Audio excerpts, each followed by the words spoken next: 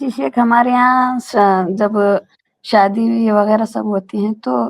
سب رسم رواج ہر کوئی کرتا ہے شیخ، کوئی اہل حدیث ہے یا نہیں وہ بھی معلوم نہیں ہوتا۔ تو ہمارے گھر میں جب ہوتا ہے سب رسم رواج کرتے ہیں تو ہم نے سب کھانا چھوڑ دیا ہے شیخ، اور منگنی اور ولیمہ اور شادی، یہ تین کھانے کھانا چاہیے یا نہیں شیخ؟ دیکھیے، ولیمہ تو سنت ہے، اور اس کے تعلق سے حدیث کے اندر اللہ کے رسول صلی اللہ علیہ وسلم نے خود ولیمہ کیا، آپ نے لوگوں کو کھلایا، اور آپ نے حضرت عبد الرحمن بن عوف رضی اللہ تعالیٰ عنہ کو کہا کہ اولم ولو بشار، کہ ولیمہ کرو چاہے ایک بکری کا ہی کیوں نہ ہو۔ تو ولیمہ یہ سنت ہے، اور نبی اکرم صلی اللہ علیہ وسلم کی عملی سنت بھی ہے اور قولی سنت بھی ہے، یعنی آپ نے لوگوں کو حکم بھی دیا ہے اور خود کر کے بھی دکھایا ہے۔ تو آپ صلی اللہ علیہ وسلم نے کئی بار ولیمہ کیا، اور اس کا تذکرہ بھی احادیث کے اندر موجود ہے۔ حضرت صفیہ رضی اللہ تعالیٰ عنہ کے موقع سے آپ نے کیا، اور دیگر صحابیات ازواج مطہرات کے موقع سے آپ نے ولیمہ کیا۔ تو ولیمہ یہ سنت ہے، اور اس کو کرنا یہ مستحب ہے، اس کی دعوت میں جانا بعض علماء کے نزدیک واجب ہے، اس لیے کہ مسلمانوں کا مسلمانوں پہ جو حق ہے اس میں ایک حق یہ بتایا گیا ہے کہ جب وہ اسے بلائے تو اس کی یعنی بلائے یعنی دعوت دے تو اس کی دعوت کو قبول کرے۔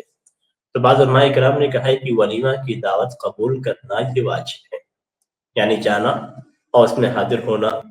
یہ واجب ہے بعض علماء کے نزدیک، اور بعض علماء کرام کے نزدیک کہ ولیمے کی دعوت میں حاضر ہونا یہ سنت ہے۔ اور اتنا تو ہے کہ ایک مسلمان کا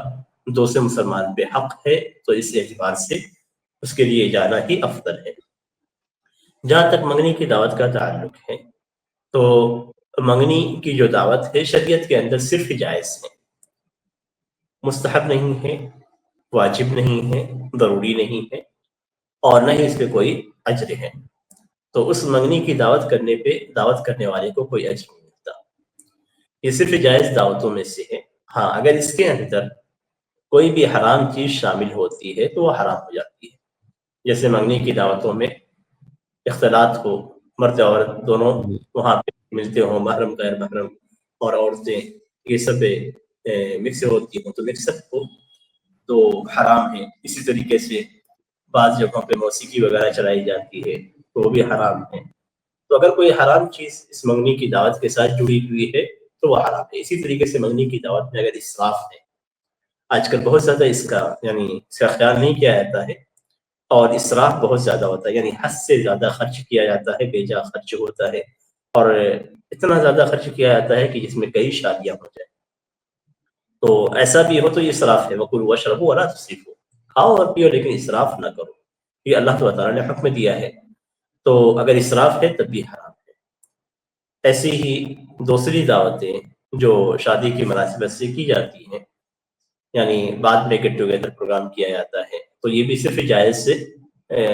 چیزوں میں شامل ہے، واجب یا مستحب نہیں ہے۔ یعنی دعوتوں میں، مکمل دعوتوں میں جتنی بھی دعوتیں دی جاتی ہیں اس میں صرف دو دعوتیں ایسی ہیں جو سنت سے ثابت ہیں، یعنی دو چیزیں ایسی ہیں جس کو ہم سنت سے ثابت مانیں گے، باقی چیزیں سنت سے ثابت نہیں ہیں۔ ایک ولیمہ کی دعوت ہے اور دوسرا عقیقہ ہے، تو یہ دو چیزیں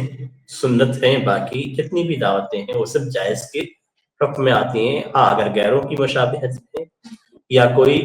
حرام مناسبت ہے تو حرام ہے، یا حلال میں ہی کوئی حرام چیز شامل ہو جاتی ہے تو حرام ہو جاتی ہے۔